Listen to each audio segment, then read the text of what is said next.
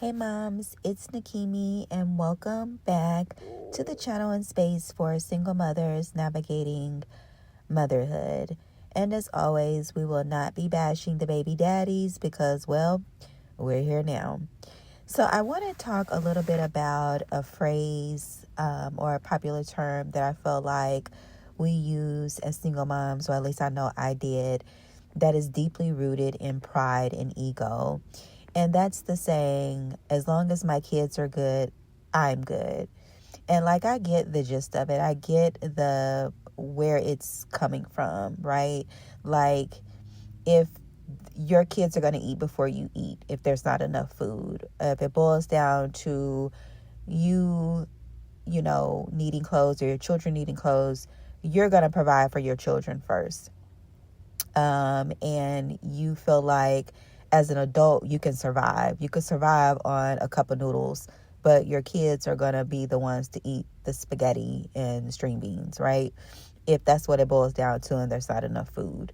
So I get that. I get that, we are, as long as we feel like we've accomplished what we're supposed to do. We feel like we are good moms if our children are well taken care of. But I think we forget to also look at it from a perspective of, as long as I'm good, my children are good.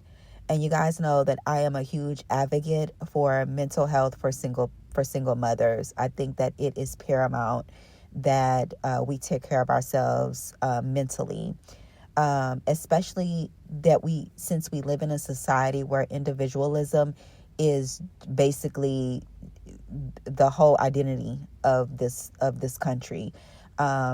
There's not really a lot of unity. There's not a lot of community. Everybody is pretty much taught every man for himself and may God before us all, and that's okay. When we pour into our children, and I'm specifically talking about not the needs, but some of the wants.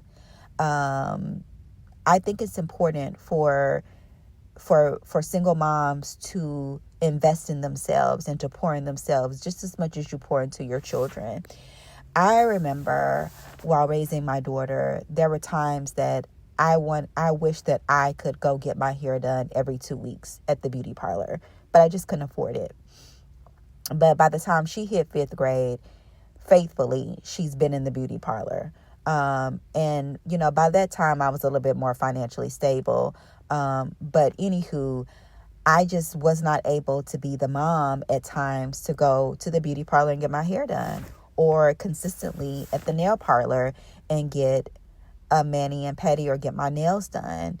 I also remember going to the mall, kid you not, guys, and I would have a little spending money, and I would psych myself up. I'm going to go to the mall. I'm going to get me a nice little outfit because I'm tired of wearing the same old clothes.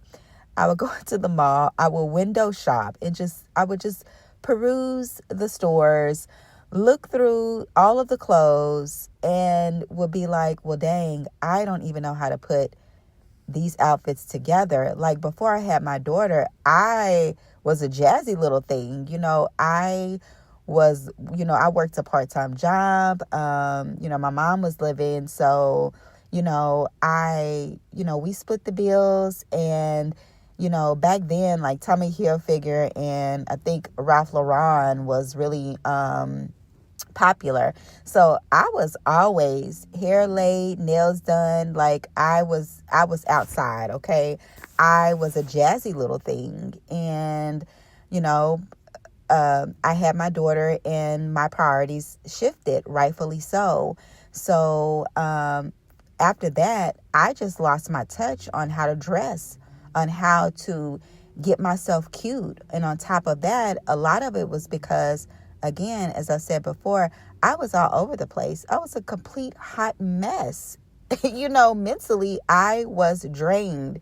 So the excitement and the fulfillment that I did get was to dress up my baby. Like, she was literally my doll. My mom would always say that. She was like, she treated her like she's one of her little dolls when she was a kid, because I love to shop and keep her cute.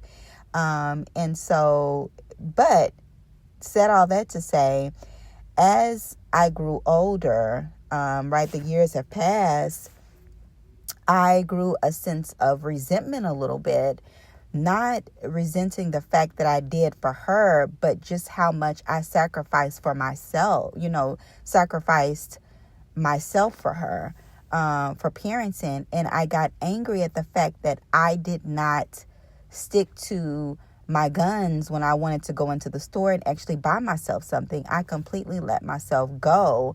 And as the years passed, like there were times where I started to shop back for myself, but I began to like look back over it and I'm like, man, so said that to say, you don't want to have resentment, because oftentimes you don't want to go around looking like a rag doll. And that's what happens when we consistently pour into our children and we don't from the beginning out the gate keep up ourselves, right? So if you have daughters or a daughter, you definitely want to keep yourself together, and let her know it's not about catching a man or anything like that, but it's about pouring into yourself. Because remember, your children are watching.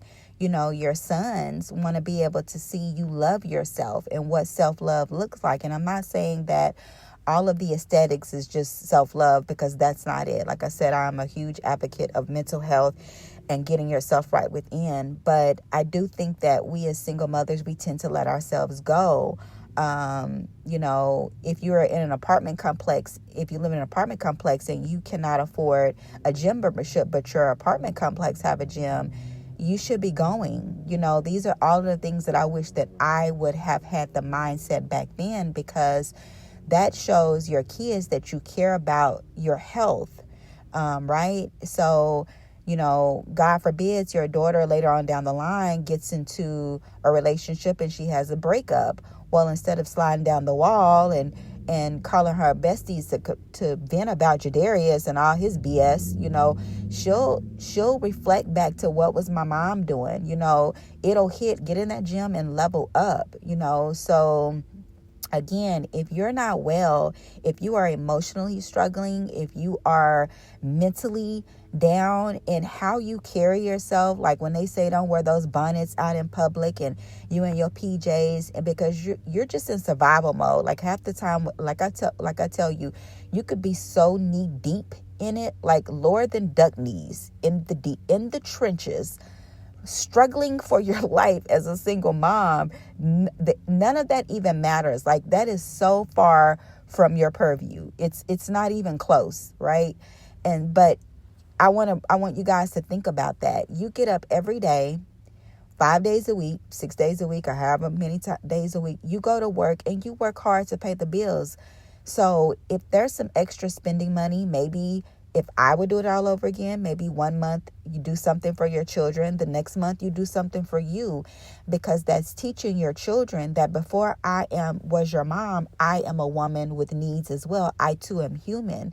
And I don't advocate for parents being their children's little friend per se, but I don't think that there's anything wrong with being friendly with your children and showing that you're human, because you have to keep in mind they're going to grow up. They're going to leave the nest, right? They're just little humans that are going to grow into grown humans. And so there has to be some type of connection. They can't just look at you as mom that makes no mistakes and whatever you say go. Like they need to be able to see that vulnerable side from you. And that's what I would do if I could do it all over again. So I don't know. You guys tell me what you think in the comments. I truly feel like you should take care of yourself first, because you simply cannot pour from an empty cup.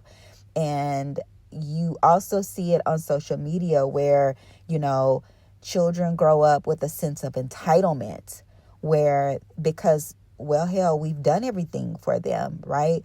We really need to drive home, because we live in a society where individualism is the identity. We really need to drive home the fact that we are a family, therefore we are a team, therefore everybody has needs. Everybody gets to do some things that they like to do. And it's not just all about, you as the child. Again, that's not to let their needs go untaken care of, or whatever the saying is. But there's absolutely nothing wrong with splurging on yourself. So maybe it's not, your hair and nails. Maybe it's you've been wanting to take a girls trip and you don't want to, maybe it's $1,000 and you're like, man, I was going to get, so my son, this new game or my daughter this new bed. If they have a bed, the new bed can wait. You know what I mean? Like, go on that trip, live your life as well. You have to have balance, because you don't want your kids to grow up and leave the nest, and now you're trying to find the old you. As I said before, when my daughter graduated high school, I thought I was going to be outside. I thought I was going to go back and get the Jazzy Nikini, honey. I thought I was going to go back and grab her and say, hey, honey, we've arrived. But I quickly found out that girl is gone. I had to rediscover who I was as a woman. And that's okay. Like, I love my child. I am so grateful for my higher power, my Lord and Savior, never taking his hands off of me and my child. I have to say that first and foremost. But I'm also not going to sugarcoat things for you guys. There are some things that I wish that I would have done differently. And that's one of them, was to absolutely take care of myself as well. So tell me what you guys think about this topic. Don't forget to like, comment, and subscribe. As always, you got this, mamas. Keep doing your thing. Till next time, I love you guys. Bye.